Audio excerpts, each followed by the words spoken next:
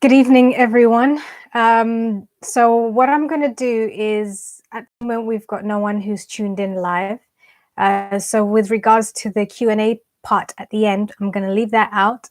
And if you want to comment in the comment section below, and we can always answer your questions once you're able to watch this video and you have a few questions. So I'm going to dive right into it. My name is Marian Githegi. This is Fountain of Life Church. And welcome to another session of food facts and how the sugar impacts the body. Today, we're going to be talking about how to burn fat. Now, there are a lot of different ways to burn fat. So what I'm going to start with is by talking about how we gain fat in the first place. And then I'm going to suggest a few different options that you can use, or a few different strategies that you can use to burn fat. So how do we gain fat in the first place? How does that whole process work? Now, the body uses, the body is comprised of, uses glucose as energy. So many years ago, before research started, they used to say, make sure you get sugar because you need sugar for energy. Now, this is true. You do need sugar for energy, but the type of sugar that you need is specific. So the type of sugar here that scientists and nutritionists are referring to is glucose. We need glucose in our body because our body, it uses glucose to turn it into energy, and that's what's helping me move my arms. That's what's helping my brain think. That is what's helping my body to move. So glucose is the sugar that we actually need in our bodies because that is processed through the pancreas and it's processed through the liver into our entire body, right? Now, the part that over the years, what's happened is that we've been consuming a combination of fructose and glucose. Now, I don't want to get into the technicalities of the different compounds and how everything works, but and welcome for those who are joining us just now. I don't want to go down into the scientific nature of how everything works because one, I'm not a nutritionist that is advising you on what you should eat, because it's always important before anyone gives you advice, whether it's a nutritionist or whether it's a personal trainer or anything like that, that they know your medical history. So this is not a platform where I'm giving you advice on your diet and how to eat, but I'm helping you understand how your body functions. Now, the body, like I was saying before, the body needs glucose. The body needs glucose, which is turned into energy. So we have things like where you find glucose is in things like fruit. Now, fruit is special because it has a combination of glucose, which the body turns into energy, as well as fructose. And fructose is also used to turn into energy, but fructose goes into the liver, and the liver can handle a certain amount of fructose. I'm going somewhere with this. The other places you can find glucose, which is the energy that we need for our body to function, is in vegetables, in starchy carbohydrates like rice, potatoes, pasta, bread, things like that. And then you can find it in things like honey, sweeteners like honey, maple syrup, etc. Now, the part where right now I'm talking about how we gain weight before we talk about how we lose weight, because I think it's important to understand where the weight is coming from in order to know where to send it. Okay, so the part that gets tricky is when we start consuming too much glucose and too much fructose. Okay, so remember, glucose is the energy source that we consume. Once it goes into our mouth and through our bodies, it is broken down by the digestive system, goes into the bloodstream, and then through the bloodstream, it's dispersed throughout the body. Now, the difference with fructose is that it does not get used as energy. So what happens when we consume fructose? So when we consume fructose, right, goes in through our mouths, goes into the digestive system, right? But then it goes straight into the liver. Now, if you do your research, you'll find that fructose, when you eat too much of it, that's where you find sugar, that's where added sugar comes from, is a combination of fructose and glucose called sucrose. Now, I'm not going to get into the technicalities of it, but when it goes into your system, when it goes into your body, it goes straight to the liver. Now, the liver isn't meant to process. The liver is not meant to process that much fructose. Okay, and the liver does not distribute that fructose into your bloodstream in order for it to be used as energy. So what happens to it? What happens to it? So what happens to it is that fructose is now stored away, and is converted into fat. That's what happens. It is converted into something called triglycerides, into fat. I'm just going to keep the language very simple here so that we don't get into technicalities. So once the fructose is turned into fat, it gets stored. Okay. Now, what happens when we eat too much glucose? So the glucose that is needed is used throughout our body, dispersed throughout our bloodstream into different parts of our organs and muscles and things like that, and is used for energy.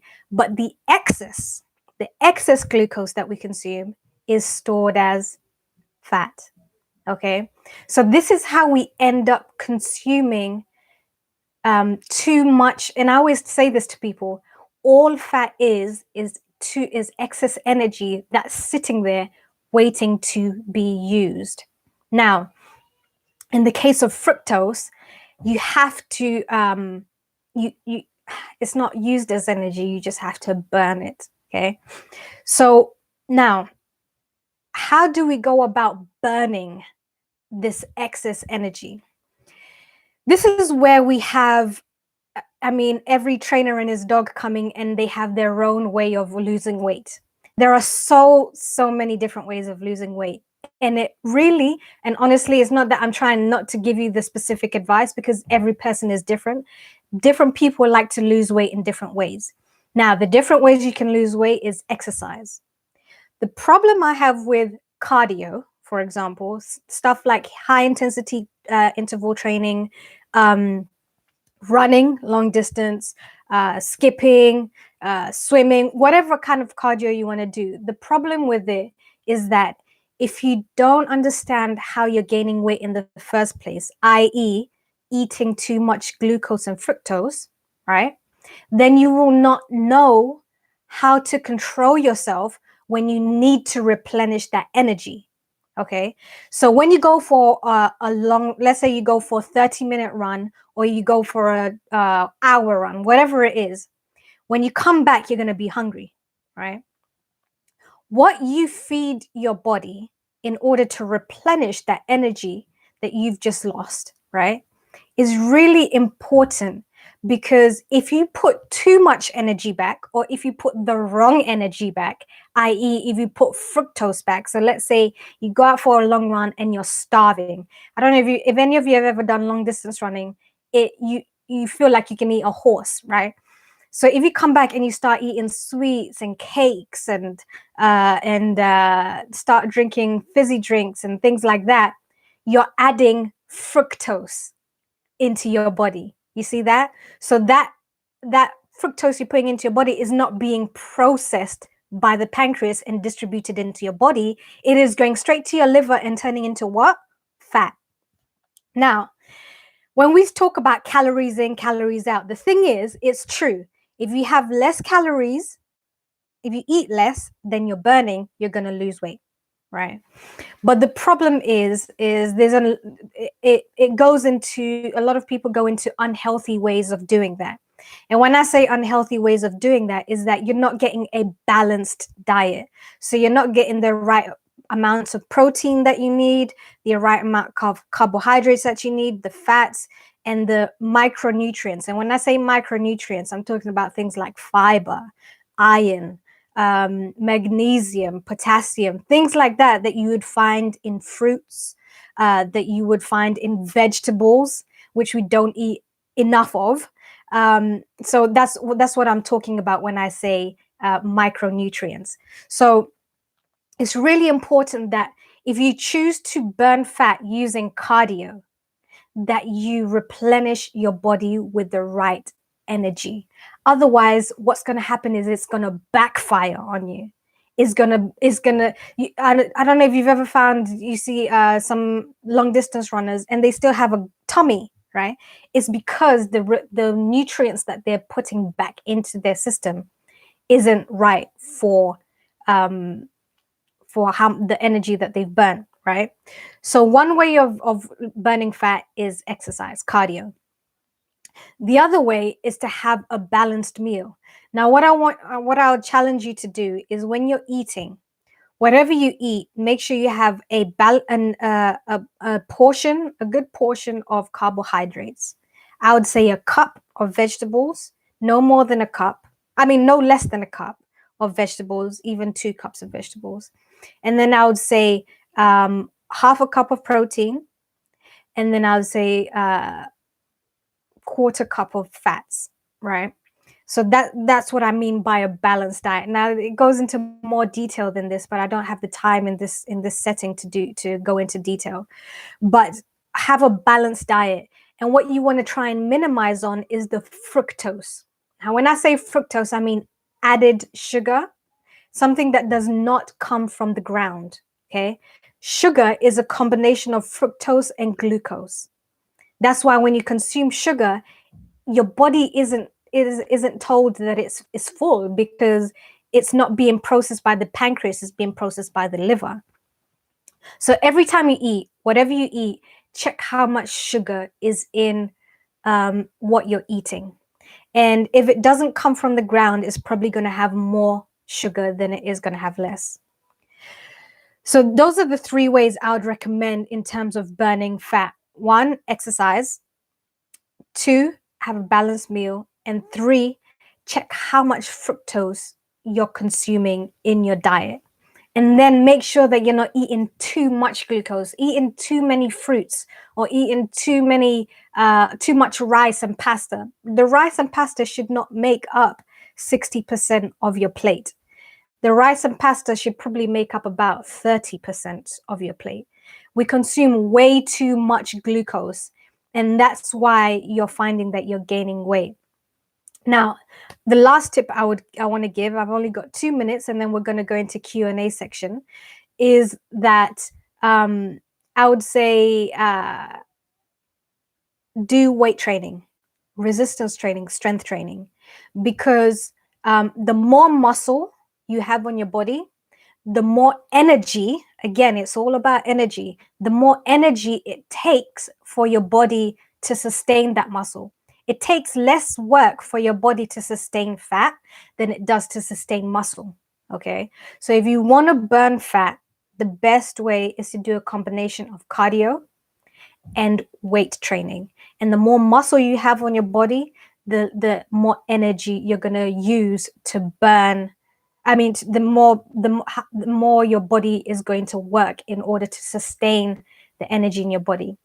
So remember, if you remember nothing else, excess weight is just excess energy, okay?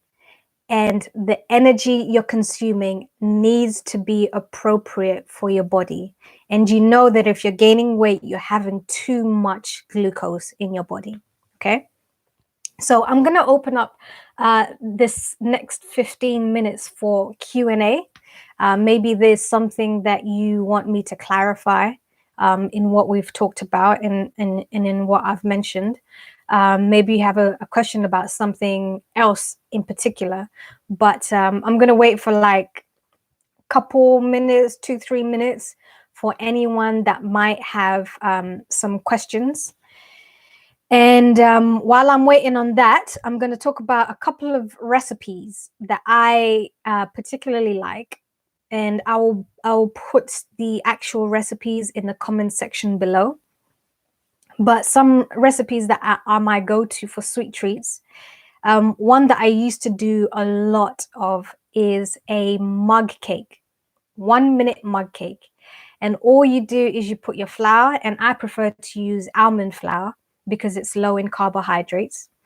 And you get your, so I used to make a chocolate one, so you get your cacao powder, and you put some milk in there, and then you flavor it with whatever flavor you want, whether it's cinnamon, vanilla, whatever it is that you want to flavor it with. And then you mix it all together. And hey, Jarrell, we're just doing a Q&A section now. I'm just waiting for anyone that might have any questions. So I put the mug cake in the mug and whisk it all up, put it in the microwave for 1 minute, and it makes a cake. So if you want a nice healthy cake, that's a go-to. There's loads of different mug cake recipes online. So just look for 1 minute mug cake.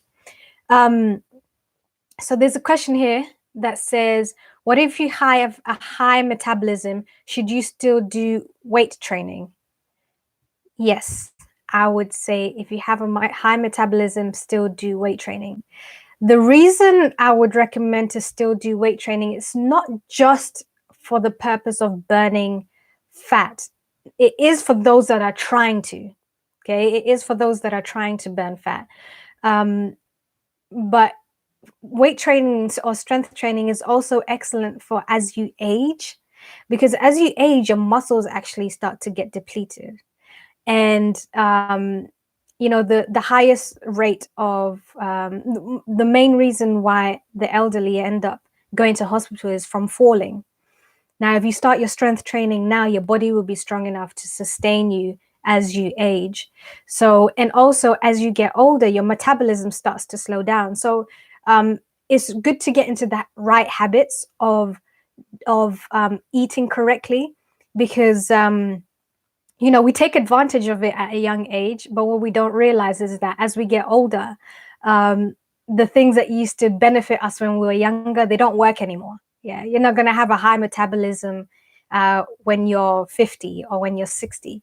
So and that's why I say that weight loss is a bit like investing, because it's all about compound interest. Okay, what you do over a period of time is going to add up. And what it adds up to is either going to add up to harm your body, or is going to add up to help your body. So you want to start now, so that as you go on and as you progress in the future, your body is still able to sustain the energy, the strength, the vitality, the weight that you need in order to have a healthy diet. So try not to depend on your metabolism now, but think long term. What types of foods contain fructose? Is there any good about fructose? So anything good about fructose? So so fruits primarily have a combination of 50% fructose and glucose. I mean, have a combination of fructose and glucose. It's not 50%, but have a combination of both. The good thing about fruit is that it has fiber. The problem with fructose by itself is that it is by itself. When it's with the sugar, there's no fiber, there's no micronutrients, and it's 50-50. So fructose is found naturally in foods, but it's at a low percentage. It's when it's at a high percentage. Now, things that contain fructose are things with added sugar, fruit juices, even things like Gatorade, sports drinks, granola bars, basically any cereals have fructose. So basically, when you're buying any packaged foods, when it comes from the ground, it's different. When it comes from the ground, it's fine. Also, things that have fructose is honey, maple syrup. Maple syrup actually has a lot of fructose. So what I really recommend is always read anything that's in a package. If it's in a package, always read the ingredients, no matter what health benefit it claims, no matter how much good stuff is in it. If it's in a package, know that it's been processed, and always check how much sugar is in it.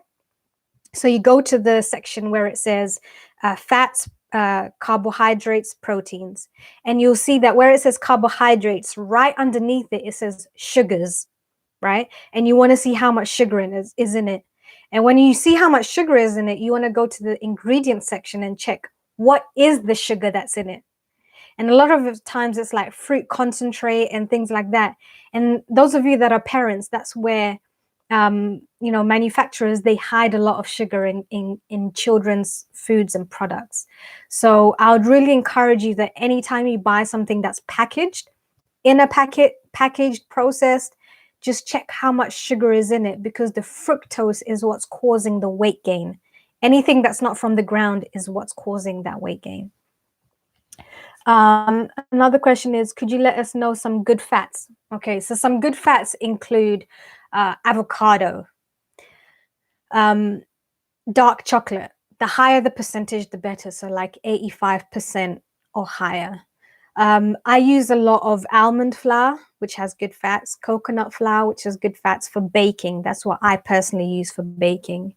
You have things like fatty fishes, mackerel, salmon.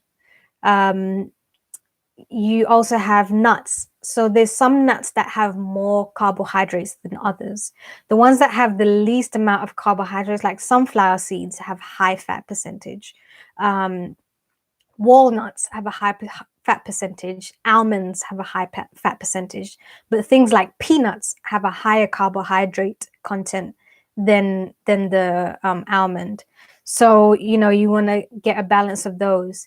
In terms of fruits, there aren't any fruits that, unless you consider an avocado a fruit, but there aren't any fruits that are high in fat. Also, olive oil, coconut oil. So something that I do, which is called a breakfast bullet, is, and you can mix it different ways, but I put coconut oil and I put butter. So I like butter. I eat butter. So I put butter. It sounds disgusting, but it tastes delicious. I put coconut oil. I put a teaspoon of coconut oil, a teaspoon of butter, usually goat's butter. And I used to do it with coffee, but nowadays I do it with cacao powder. And I just mix it up and I have it as my tea first thing in the morning, or my hot drink first thing in the morning. And the coconut oil is actually good for cleansing you out. And there's also been studies done that it goes towards helping cure Alzheimer's. So those are just studies that have been done by different people. But I would recommend that you go and question is, can you please recommend a good vendor for the products you mentioned? So if you can be specific, so like, for example, almond flour. I can't say that there's any particular company that I go to for almond flour or coconut flour. As long as it's 100% almond flour or 100% coconut flour, then I buy it. But I don't go for any particular companies. Now, when it comes to things like fruits and vegetables, I prefer to go frozen, just because of there's less preservatives. Because like, let's say if you go to buy an apple, you'll see on the apple that there's wax around it. Sometimes it's white, unless you go 100% organic. There's white wax around it. Personally, I just don't want to consume that wax, so I'd rather go for something that's frozen. In terms of like avocados, I mean, avocados, you know, go to the supermarket or the market. If you can buy it from a farmer and afford to buy it from a farmer, go straight to the farmer. Dark chocolate, I prefer, I believe it's Lindor that I go for when it comes to dark chocolate. Just because the way I choose my dark chocolate is the less sugar it has, the better. So there's some companies that will have dark chocolate that's 85%, but it'll have a lot more sugar in it.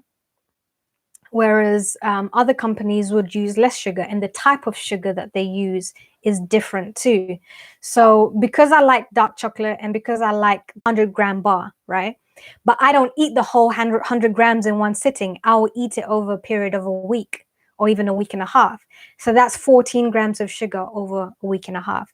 And then sometimes I just don't eat the dark chocolate at all, and I just go for cacao powder, okay?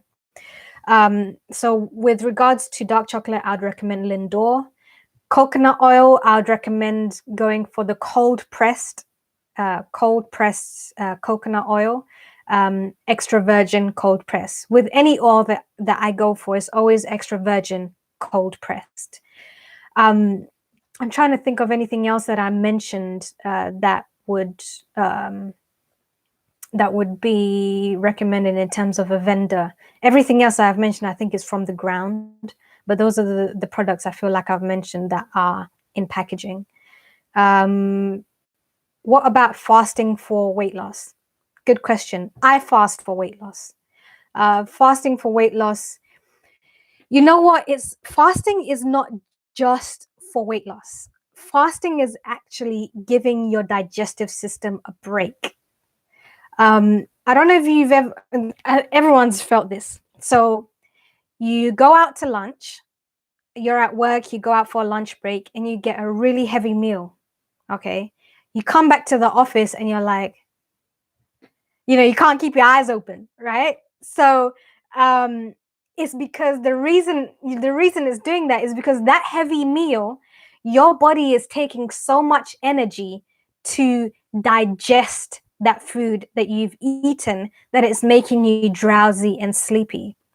And it probably means that you've had more food than your body actually needed.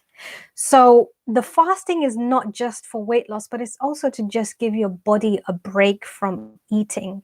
And then every time you eat, eating in itself, the act of eating spikes insulin. And insulin, too much insulin, is what causes weight gain. Okay. So fasting is not just for weight loss, it's good for your mind. I don't know if you've ever gone like a day fasting. This is our church platform. And as Christians, we fast a lot. And if you've ever gone a period of time and fasted, you'll find that your mental clarity is so much more powerful. And it's because your body isn't working to do anything else. It's just focused on functioning, right? And so everything is tuned up. You've got mental clarity. You feel like you've got energy. You just feel more sensitive and more aware to just your surroundings and everything about you. So it's very biblical in terms of fasting, and is very healthy for your body. And also studies have shown that fasting allows your body to rejuvenate itself and to repair itself. God has created our body in a way that it heals itself, and it goes through processes of where it actually heals any ailments that you have. So when you stop eating and when you stop making your body work so much through eating and spiking your insulin levels, increasing your blood sugar levels, your glucose levels, and things like that, it helps your body repair itself and come back to normalcy. Jero said Amazon, Holland, and Barrett fitness foods are everywhere. Aldi alone has everything you're mentioning and at economic prices. Yes, I do go to Aldi sometimes. I will have to say, though, that the chocolate in Aldi has a lot of sugar. So I do not buy my chocolate from Aldi. There's one time that I found a chocolate in Aldi that I think it was about 95%, and it had less sugar than the one that I usually buy. So I always recommend, even though you might think it's healthy, always check how much sugar is actually in the contents of food that you're buying. And that's where majority of the fructose comes from. That's where the sucrose comes from. And the sucrose is sugar. So it's a 50-50 fructose and glucose. Okay, so it's 7:30. I'm going to wait one more minute to see if there's any other questions, but that is the end of this session. Thank you so much for everyone that joined in. Again, my name is Marian Githegi, and I'm going to try and do this once a week. So if you know of anyone that is trying to get healthy, trying to get in shape, please recommend this platform, and we can spread the word and encourage more of a healthy lifestyle so that we can live life to the max. If you have any specific things that you'd like me to talk about, please mention them in the comment section below, and I'll do my best to answer them. Thank you so much, and have a fantastic rest of the evening. Bye.